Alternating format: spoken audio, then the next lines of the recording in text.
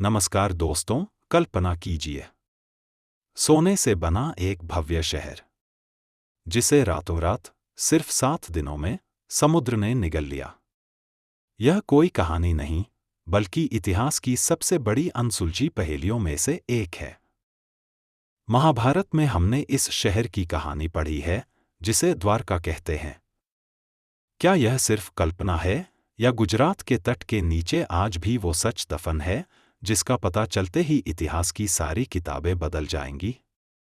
अगर यह सच है, तो किसने और क्यों इस शहर को हमेशा के लिए डुबो दिया? आज हम उस अंतिम रहस्य को सुलझाने जा रहे हैं। आप देख रहे हैं ध्रुवा क्रिएशंस, और आज हम गोता लगाएंगे उस युग में जब श्री कृष्ण ने अपनी आंखों के सामने अपनी प्यारी नगरी को डूबते देखा था। चलिए शुरू करते हैं। यह कहानी शुरू हुई थी बहुत पहले।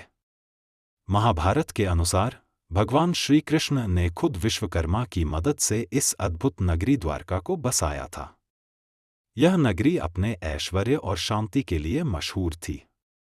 सब कुछ परफेक्ट था, जब तक यादवों के बीच गृहकलह, इंटरनल कॉन्फ्लिक्ट नहीं हुआ। यादव वंश अहंकार और आपसी लड़ाई में इतना चूर हो गया कि विनाश की घड़ी शुरू हो चुकी थी। जब गांधारी ने श्री कृष्ण को श्राप दिया और जब उन्हें लगा कि अब इस शहर को बचाना असंभव है, तो उन्होंने अपनी नगरी को छोड़ने का अंतिम निर्णय लिया। और जैसे ही श्री कृष्ण ने अपना शरीर त्यागा, समंदर अचानक उग्र हो उठा।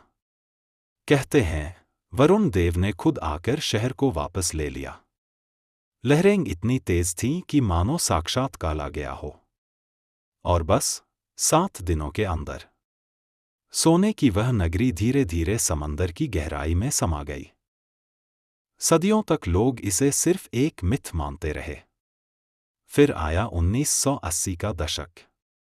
भारत के महान आर्कियोलॉजिस्ट डॉक्टर S.R. राव ने इस कहानी को सच मानकर गुजरात के तट पर खोज शुरू की। उन्होंने समंदर के नीचे खुदाई शुरू की, और जो मिला उसने पूरी दुनिया को हिला दिया। गोताखोरों को पानी के नीचे विशाल, मनुष्यों द्वारा बनाई गई संरचनाएं मिली। ये पत्थर और दीवारें किसी प्राकृतिक घटना का हिस्सा नहीं थीं। ये एक सुनियोजित शहर, प्लान्ड सिटी, के अवशेष थे। उन्हें प्राचीन बर्तन, औजार और कुछ कलाकृतियां भी मिली जो 3000 साल से भी ज्यादा पुरानी थीं। लेकिन सबसे बड़ा सबूत था उन पत्थरों की कार्बन डेटिंग। कार्बन डेटिंग ने बताया कि ये अवशेष लगभग 9000 साल पुराने हो सकते हैं। यह तारीख महाभारत काल से भी बहुत पहले की है। सवाल उठा, क्या यह श्री कृष्ण की द्वारका है, या उससे भी पहले का कोई शहर जिसका जिक्र हम जानते ही नहीं? यहां से कहानी में विवाद शुरू हुआ। कुछ वैज्ञानिक डॉक्टर राव की खोज को मानने से इनकार करते हैं। उनका कहना है कि ये अवशेष एक प्राकृतिक चट्टाने या सिर्फ कटाव, एरोजन, का परिणाम है। वे मानते हैं कि समुद्र में डूबा हुआ शहर जरूर है, लेकिन यह जरूरी नहीं कि वह श्री कृष्ण की द्वारका ही हो। वैज्ञानिकों का एक बड़ा समूह मानता है कि शहर का विनाश श्राप से नहीं, बल्कि एक बहुत बड़ी प्राकृतिक आपदा से हुआ होगा। शायद कोई भयंकर सुनामी आई हो, या सबसे बड़ा कारण था समुद्र का बढ़ता जलस्तर, सी लेवल राइज। जैसे जैसे बर्फ पिघली, समुद्र का पानी बढ़ता गया और यह शहर धीरे धीरे पानी में डूब गया। लेकिन 7 दिन में पूरे शहर का डूब जाना, यह आज भी विज्ञान के लिए एक बहुत बड़ी पहेली है। तो सच क्या है? क्या द्वारका का डूबना एक श्राप था, जैसा कि पौराणिक कथाएं कहती हैं? या फिर यह सिर्फ एक प्राकृतिक घटना थी जिसे हमने मिथ से जोड़ दिया? सच शायद मिथ और साइंस के बीच कहीं छिपा है। लेकिन एक बात पक्की है, गुजरात के तट के नीचे आज भी एक शहर दफन है।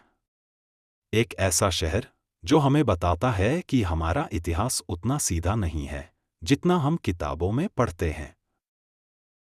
8 से 8:30, कॉल टू एक्शन। आपका क्या मानना है?